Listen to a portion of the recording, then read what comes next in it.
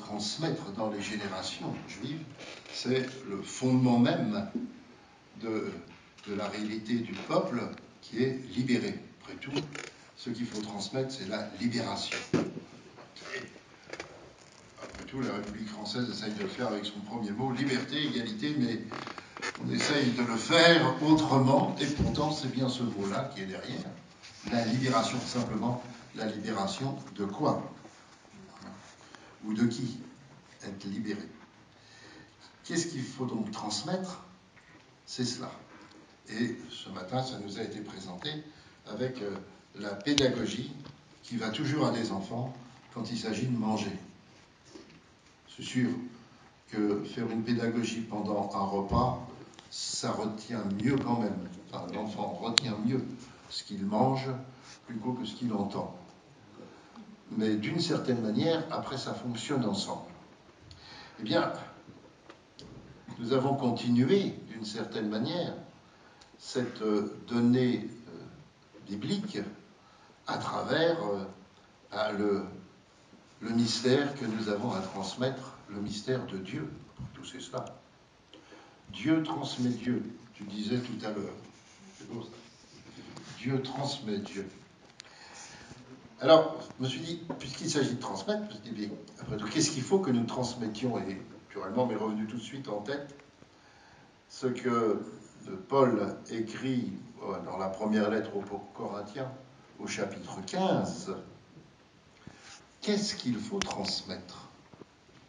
Tout à l'heure, Emmanuel évoquait, on transmet, oui, de la bonne morale, on transmet des petites histoires. Qu'est-ce qu'il faut transmettre? Voilà la réponse de Paul. Je vous rappelle, frères, l'évangile, non pas le livre, mais la parole, le angelos, ce qui est parlé. L'évangile, là, comme on traduit souvent, bonne nouvelle. Donc, je vous rappelle, frères, l'évangile, la bonne nouvelle, non pas le bouquin, mais ce qui est dit, ce qui est porté.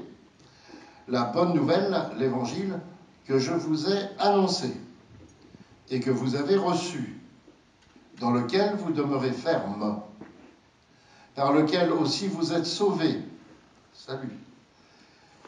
Et vous le retenez dans les termes que je vous les ai annoncés. Autrement, vous auriez cru en vain. Une fois qu'il a dit ça, il le dit enfin. Je vous transmets avant tout ce que j'avais aussi reçu. Donc c'est vraiment dans la transmission. Je vous transmets ce que j'ai reçu. Christ est mort pour nos péchés, selon les Écritures. Il a été enseveli. Il est ressuscité le 3e jour, selon les Écritures. Et il a été vu par Képhas, puis par les 12. Ensuite, il a été vu par plus de 500 frères à la fois, dont la plupart sont encore vivants et dont quelques-uns sont décédés. Ensuite, il a été vu par Jacques, puis par tous les apôtres. Et après nous tous, il s'est fait voir à moi, comme à l'avorton que je suis. Mais ce qui est l'essentiel de l'évangile de Paul, la bonne nouvelle qu'il faut transmettre, lui-même d'ailleurs l'ayant reçu, même si après il a eu une espèce de confirmation dans la foi. Christ est mort, Christ est ressuscité. C'est ça l'essentiel, c'est le salut, la libération de la mort, dont naturellement la libération d'Égypte est une préfiguration, non seulement pour le peuple d'Israël, mais, comme il était dit aussi, une préfiguration pour l'humanité tout entière. Ce qu'Israël vit dans sa particularité, c'est pour que l'humanité tout entière puisse en bénéficier. Et la libération, c'est la libération de la mort, puisque tout homme, qui que nous soyons, nous sommes d'une certaine manière tous à passer par cette même porte, qui que nous soyons. Donc ce que je vous ai transmis, Christ est mort, Christ est ressuscité. Est-ce que Paul dit autre chose de la vie de Jésus dans ses lettres? Qu'est-ce que vous pourriez me donner comme Paul qui va nous dire tiens, Jésus a dit telle chose, a fait telle chose, etc. Qu'est-ce que vous retenez de ce que Paul...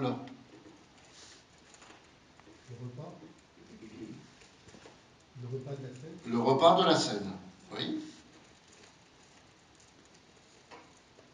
Et encore, je ne sais même pas s'il dit que Jésus il a mangé le repas. Il parle du repas. Il parle du repas des Corinthiens qui le font de manière un petit peu curieuse. Mais je ne pense pas. Qu'est-ce que tu en penses, Emmanuel? Né d'une femme. C'est tout ce qui est dit. Moi, je pense, mais il faut toujours vérifier ce qu'un curé dit. Hein. Toujours, vérifiez bien. Hein. Mais je ne pense pas que Paul ait écrit autre part, Jésus a fait cela. A dit cela, oui, il a même dit une parole qui n'est pas dans les évangiles. Il y a plus de joie à donner qu'à recevoir. Comme a dit le maître, il y a plus de joie à donner qu'à recevoir. Et ça, c'est pas dans les évangiles. On ne connaît cette parole attribuée à Jésus que dans Paul. Alors qu'il devait être quand même quelque chose de courant pour qu'il le cite. Hein. Mais c'est tout. Paul ne dit rien, à ma connaissance, de Jésus, de sa vie. Il dit, il est mort, il est ressuscité. Alors on pourrait se poser la question, dans la catéchèse, c'est-à-dire dans la transmission, puisque katékéo, ça veut dire faire raisonner, faire répéter. Et dans l'hébreu, ça sera Mishnah. Shnei, faire 2 fois. Je dis et tu répètes. Donc dans cette écho, dans la catéchèse, je ne parle pas des enfants, je parle de la catéchèse comme Rome en parle, c'est-à-dire la catéchèse, l'annonce de la foi pour tout le monde. Il y a un tout petit paragraphe qui concerne les enfants dans un document sur la catéchèse, il y a maintenant 20-30 ans, et que peu de monde ont lu de toute façon.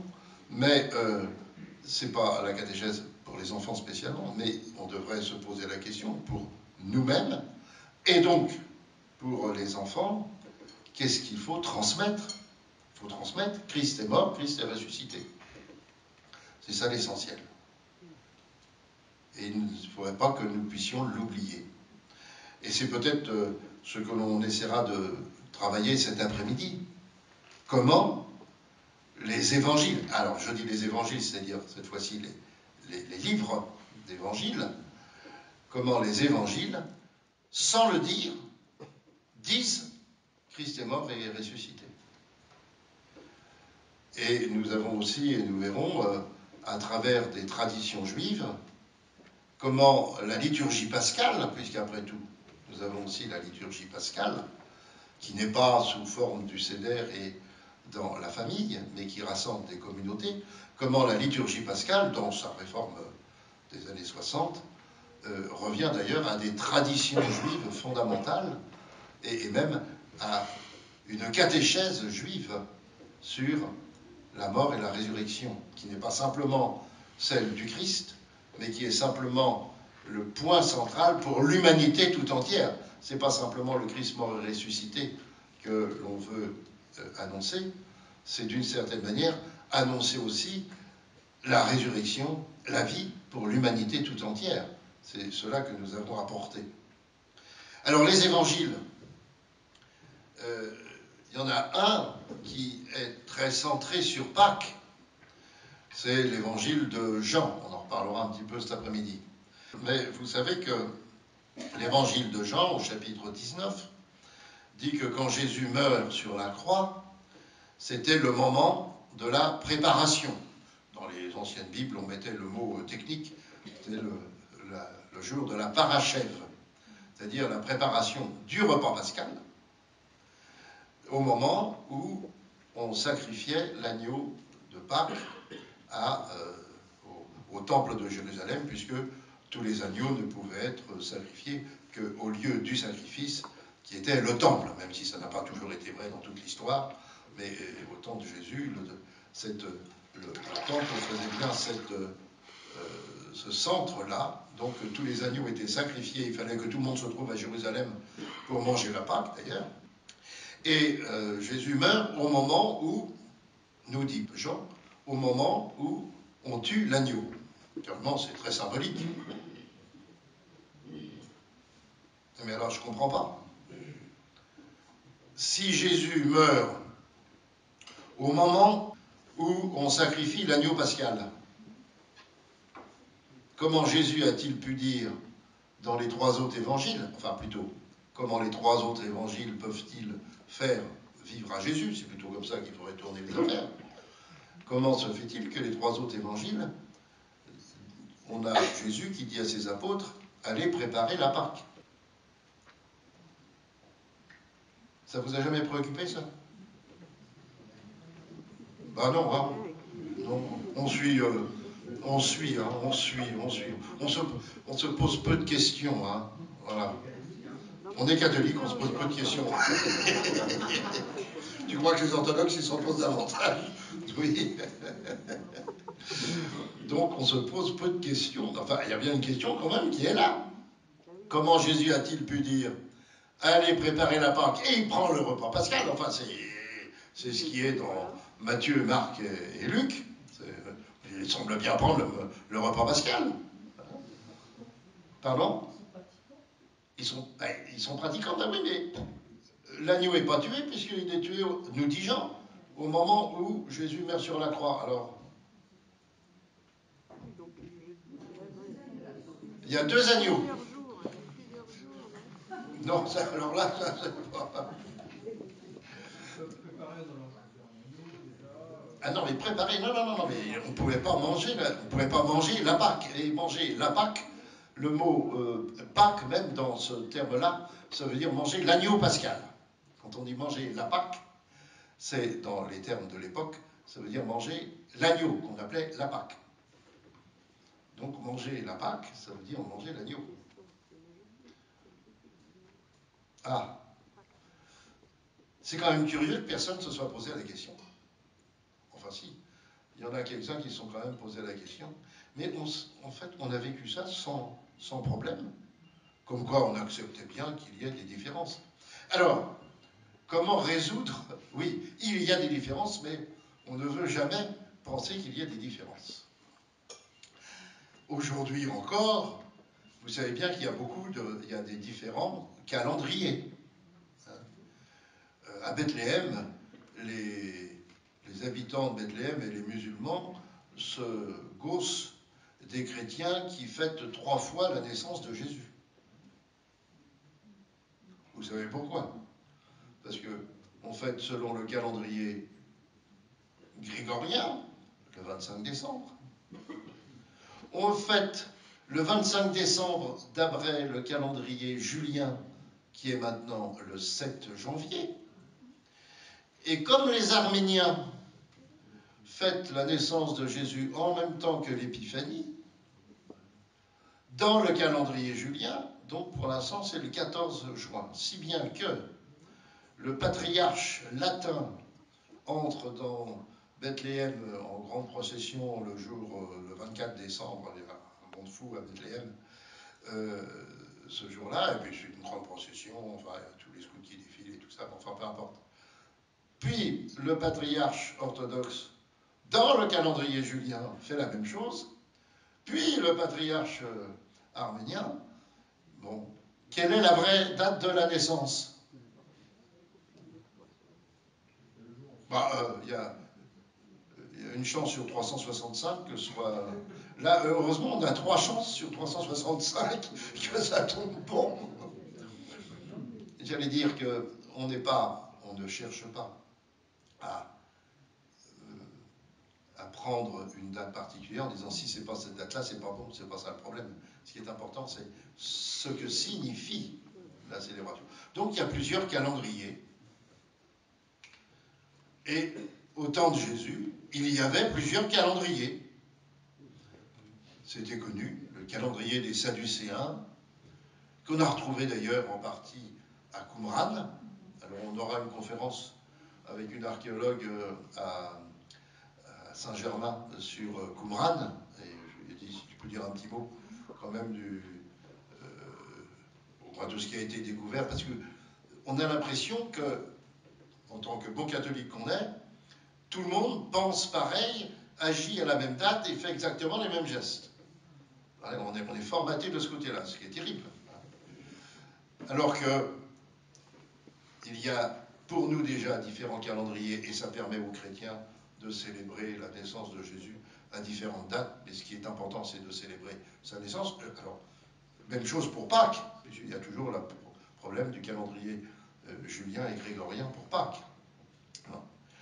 Et même les premiers chrétiens ne célébraient pas Pâques à la même période. Il y a eu pendant plusieurs siècles ceux qui célébraient Pâques le 14 Nisan. Il fallait que ça soit, c'est-à-dire en même temps que le juif. Ils célébraient Pâques à la date de la Pâque juive.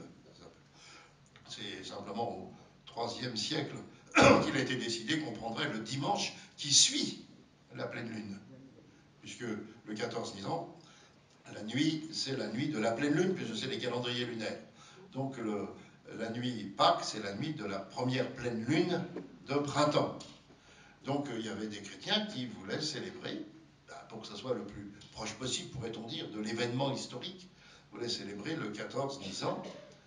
Bon, et puis au IIIe siècle, il a été décidé que ça ne serait pas ainsi, ce qui a fait encore quand même déjà à l'époque, quelques schismes entre des orientaux qui voulaient célébrer le 14 Nisan et d'autres qui disaient on prendra le dimanche qui suit le 14 Nisan.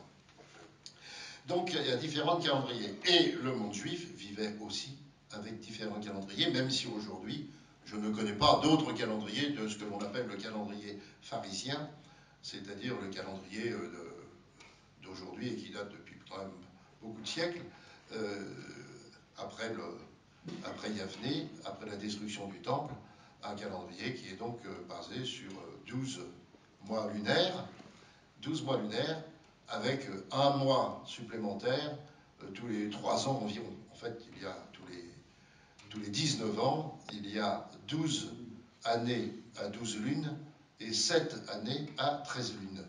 Voilà. Donc, vous avez ces calendriers juifs qui ont 13 mois, tous les 3 ans environ, pas tout à fait, puisque je vous dis tous les 19 ans, 12 années, pas qui suivent, hein, mais 12 années à 12 lunes et 7 années à 13 lunes. C'est ce que l'on appelle les années à 13 lunes pour nous. Hein.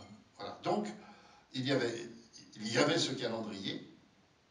Et puis, il y a le calendrier des Esséniens, non pas des Esséniens, je ne peux pas dire des Esséniens, un calendrier sadducéen, le calendrier également du livre des Jubilés, qui est un livre non biblique, mais de la tradition juive, et le calendrier qui était donc à Qumran aussi, un calendrier où l'année était de 364 jours, automatiquement. On ne sait pas comment il rattrapait l'année bissextile, qui était donc des trimestres, 4 trimestres de 31 jours. Et chaque trimestre avait un mois de 30 jours, 30, 30, 31, 30, 30, 31, 30, 30, 31, ce qui faisait donc en tout 364 jours.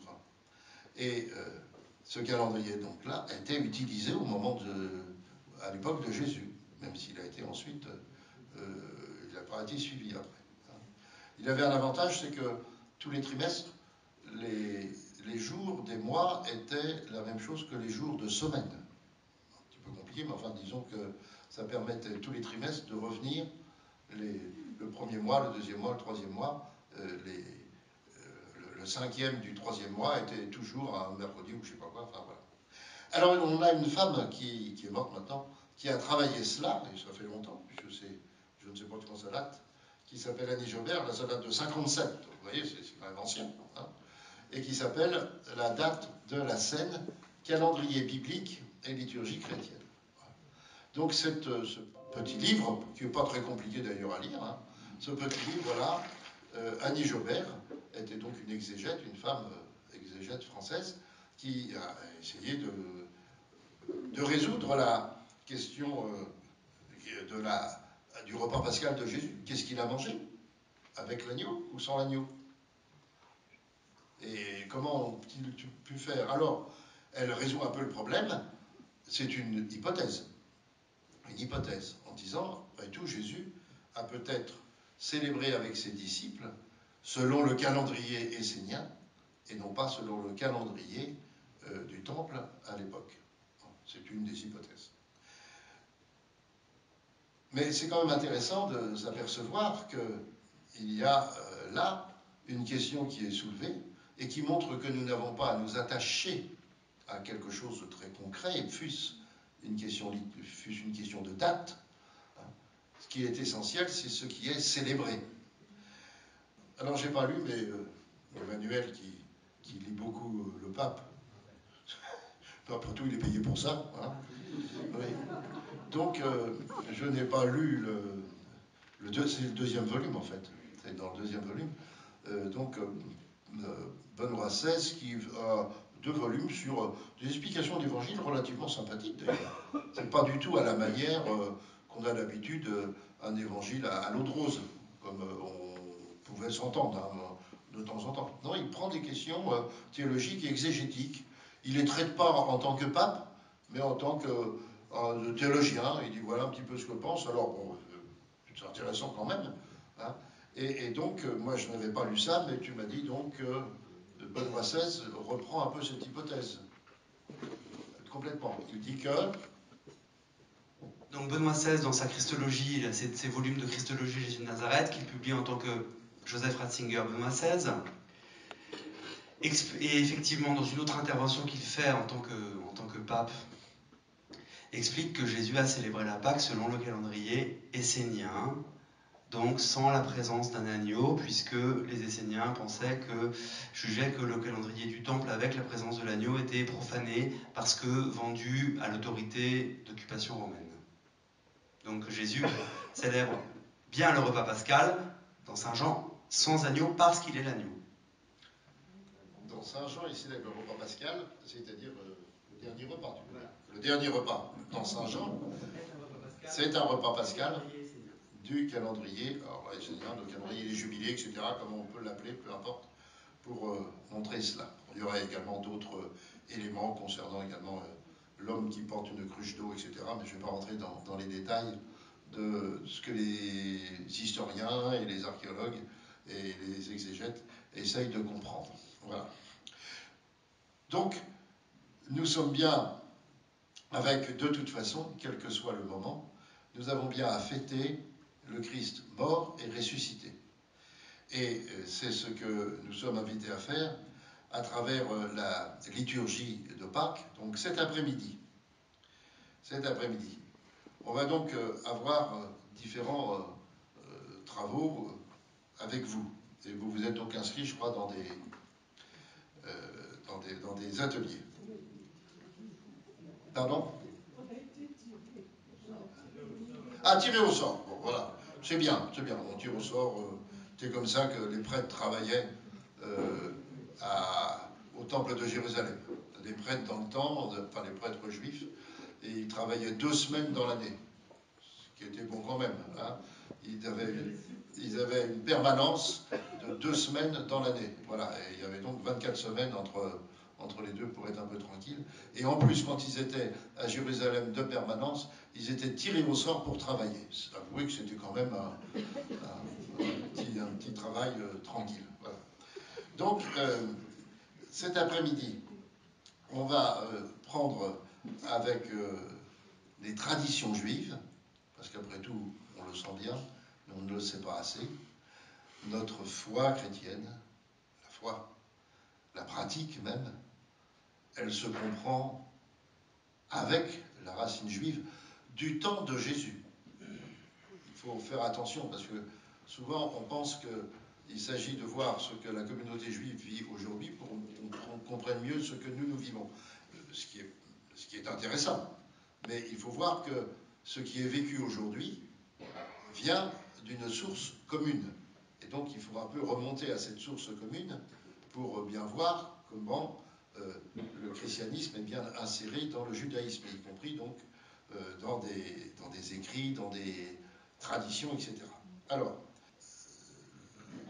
la liturgie pascale, qui a été réécrite et refaite avec Pie XII, la liturgie pascale a repris des choses qui sont vraiment dans la tradition juive, et on essaiera de le regarder à travers ce que l'on appelle le Targum, c'est-à-dire les traductions en araméen de la Bible en hébreu, puisque au temps de Jésus, l'hébreu restait la langue liturgique, mais ce qui était parlé et ce qui était compris par tout le monde, y compris par les enfants d'ailleurs, on va commencer par eux, c'était l'araméen.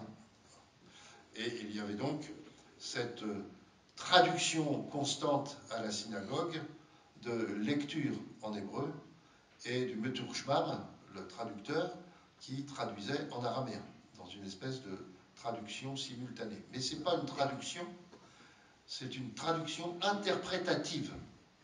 C'est-à-dire qu'on traduit et en même temps on ajoute des choses pour que ça soit mieux expliqué.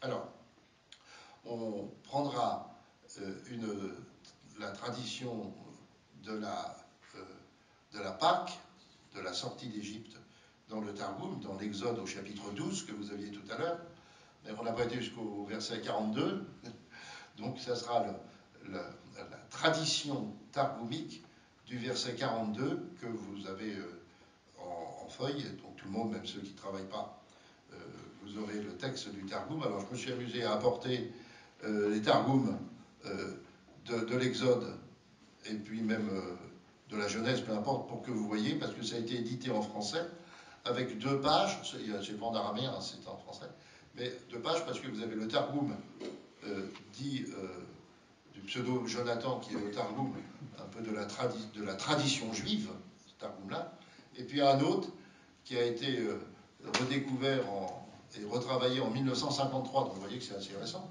même si ça date, le manuscrit date du XVIe siècle, et qui a été retrouvé au Vatican dans une collection qu'on appelle la collection Néophiti, c'est pour ça qu'il s'appelle le Targum Néophiti. Or, le Targum Néophiti, concernant la tradition de la sortie d'Égypte, est très importante comme mémorial, car comme tout à l'heure Yael disait, il s'agit de vivre quelque chose aujourd'hui, ce n'est pas simplement un mémoire, c'est à le vivre aujourd'hui. Eh bien, ce Targum-là développe énormément ce qu'est la sortie d'Égypte, ce qu'est le mystère pascal pour le monde juif, et ce que ce peut être pour nous aussi, comme on va d'ailleurs le développer dans la liturgie pascale. Et cela a été travaillé par un exégète qui connaît bien tout ça. Il est mort maintenant, je pense, le Déo. Il est mort, oui.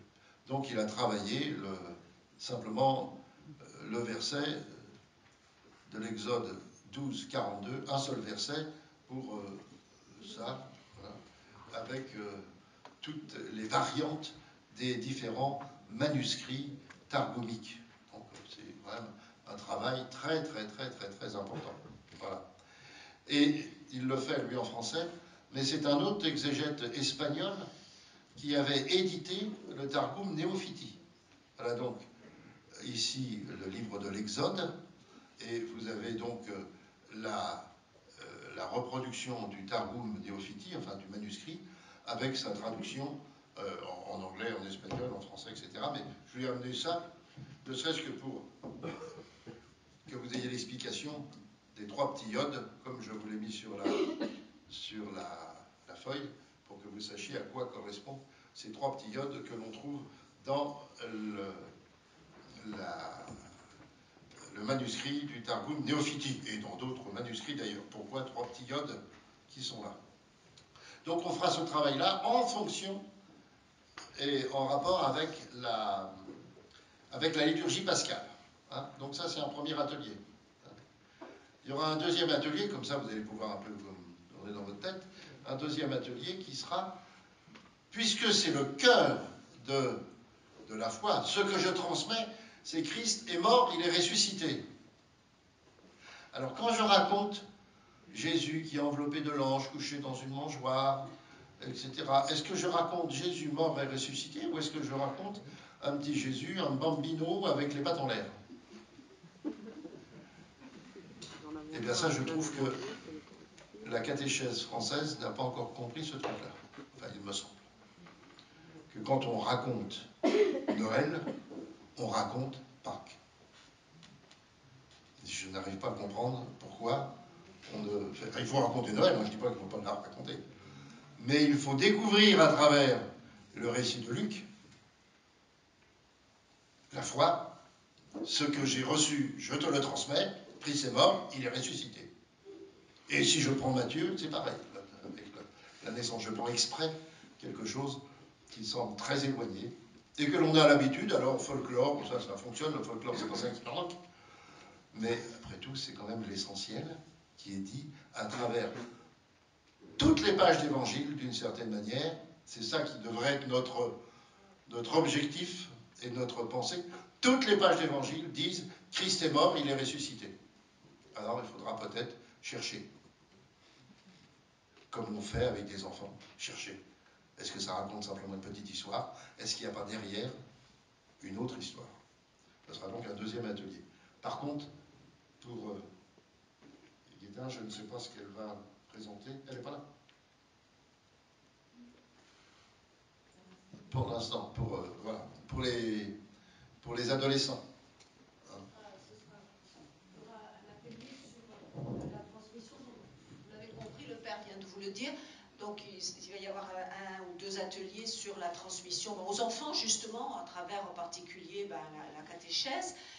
Et Anne Guétin va présenter, elle, une lecture des textes bibliques tels qu'elle le présente à des plus grands, à des jeunes, à des adolescents, puisqu'elle travaille essentiellement en milieu de lycéens. Et donc, pareil, avec toujours la même problématique. Le même problème. Donc, on fera ça cet après-midi. Ça vous va? Mais vous travaillerez, hein, parce que... Et puis on rassemblera tout ça. Alors, je ne sais pas trop comment on rassemblera. Enfin, on rassemblera, chacun parlera. On reprendra un petit peu début d'après-midi. Et puis, on en profitera aussi pour... ah oui, c'est vrai. Pour peut-être voir qu'on n'utilise pas suffisamment comme transmission ce qui n'est pas dans l'habitude juive de transmettre avec des images. C'est sûr que le danger des images a fait que la tradition juive et toute une partie de la tradition chrétienne, d'ailleurs, avec les iconoclastes, ne voulait pas que l'on fasse des images. Or, vous savez comment, après tout, nous sommes assez visuels en Occident, c'est vrai que c'est autre chose, et donc nous aurons on regardera justement comment à Bourges, on peut transmettre le mystère de Christ mort et ressuscité. Je sais bien que les images peuvent fixer un petit peu, mais en même temps, elles s'ouvrent quand même pas mal, et je voudrais terminer par là, puisque vous en avez une qui est en bas. Je vous ai lu le Fils prodigue en entier. Il y a un bouquet, justement, il y a un repas aussi. Oui, alors, le repas, oui. Alors, peut-être qu'on en parlera un petit peu, parce que ça mériterait de faire une visite à Bourges, pour regarder les vitraux et voir comment ces vitraux sont insérés aussi dans la tradition juive. Comment ce qu'on dit l'Ancien Testament, qui est l'Alliance, comment elle est présente dans tous ces vitraux. Enfin, après, au XVe siècle, on l'a oublié. Mais au XIIIe, c'est présent, c'était la catéchèse de l'époque. Alors, je me suis aperçu en regardant le vitrail de Bourges sur justement la mort et résurrection, qu'on appelle le vitrail de la Nouvelle Alliance. Oui, et il y a là, oui. Non, mais c'est bien comme ça. On verra tout à l'heure l'alliance renouvelée. Mais ce qui m'a étonné, c'est que à côté du vitrail qui est ici, que vous ne voyez pas, qui est celui dont on parle, mais on regardera cet après-midi, l'alliance, que moi j'appelle renouvelée. Eux, ils appellent l'alliance nouvelle. Et ça veut dire qu'il y a une ancienne. Alors c'est pas bon ça, comme disait l'autre, l'un et l'autre testament. Une alliance renouvelée, le monde juif a l'habitude qu'on renouvelle l'alliance. L'alliance, il n'y en a qu'une, mais elle est renouvelée. Bon. Donc, cette alliance renouvelée en Jésus-Christ, le vitrail est là, et puis tout en haut, vous avez d'ailleurs, on pourra se poser la question, d'Éphraïm et Manassé. C'est le petit que vous avez donc. Éphraïm et Manassé se trouvent à cette hauteur-là, si vous voulez. Et juste à côté d'Éphraïm et Manassé, vous avez le vitrail, ici, de l'enfant prodigue, qui se termine par une scène qui n'existe pas dans l'Évangile.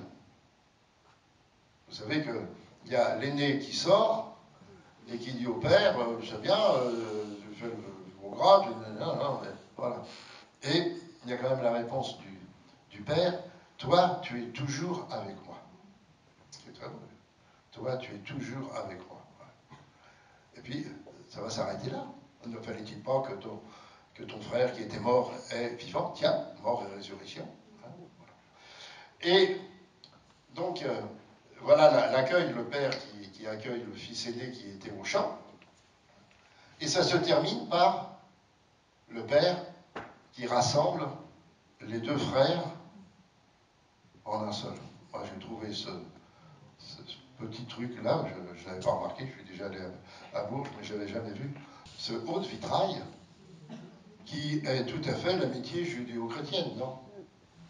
Et vous remarquerez peut-être que le père porte sur la tête le petit bonnet que portaient les Juifs au Moyen-Âge. Ah, ouais, j'aime bien. Dans l'iconographie traditionnelle. Le personnage du père, qui est ici quand il accueille le fils. Alors là, on ne le voit pas par contre, il a perdu son bonnet, mais tout le long, là, il donne l'ordre que l'on tue le veau gras, et à chaque fois, il porte donc le père porte le bonnet des Juifs. Donc, il faut parfois revoir la façon dont on imagine la vision qu'avait même l'Église des Juifs au Moyen-Âge. On n'est pas, enfin, je veux dire, il y a des termes qu'on ne peut pas employer, même s'il y a eu une théologie qui n'était pas très favorable au judaïsme, c'est évident. Néanmoins, il n'y a pas d'antisémitisme. Voilà, je crois qu'il faut le dire. Il n'y a pas l'antisémitisme, c'est quelque chose de moderne et tout. Donc, quand on dit l'antisémitisme du Moyen-Âge, c'est une aberration. Et on a là une preuve. Le père porte le bonnet des Juifs. Enfin, moi, je trouve qu'il ressemble plus à une kippa. Ça vous va? C'est ce que je dis. Oui. Voilà, c'est la kippa. On la voit ici aussi. Mais la kippa se portait pas au Moyen-Âge. Non, se portait pas à l'extérieur. Oui. Voilà.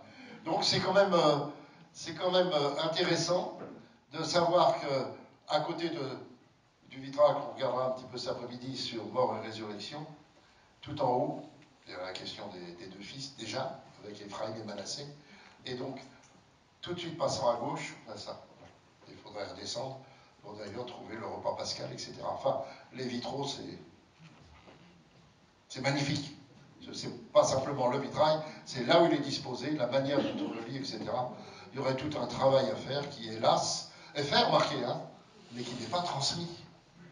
Et c'est une manière de transmettre qui est quand même en même temps respectueuse des textes, même si c'est vrai qu'il y a une image qui est faite. Mais enfin, si c'est pour transmettre, voilà. Donc on s'arrête puisqu'il est un peu plus de la nuit et on reprend.